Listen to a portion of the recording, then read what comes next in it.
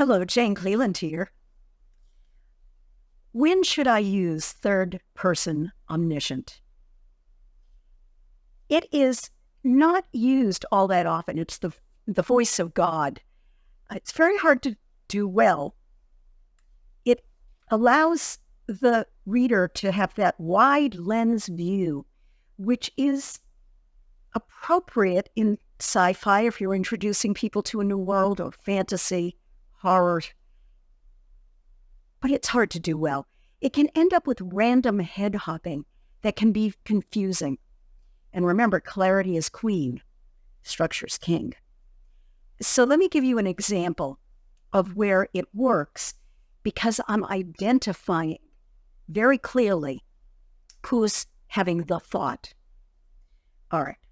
As the students settled in their cubicles, Susie prayed her eyes did not show her anxiety.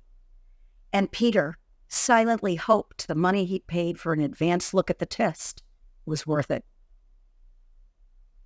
So, two inner reflections in one sentence, but it's as if I'm hovering over both of them, because that's how I can see, observe, be aware of what they're thinking.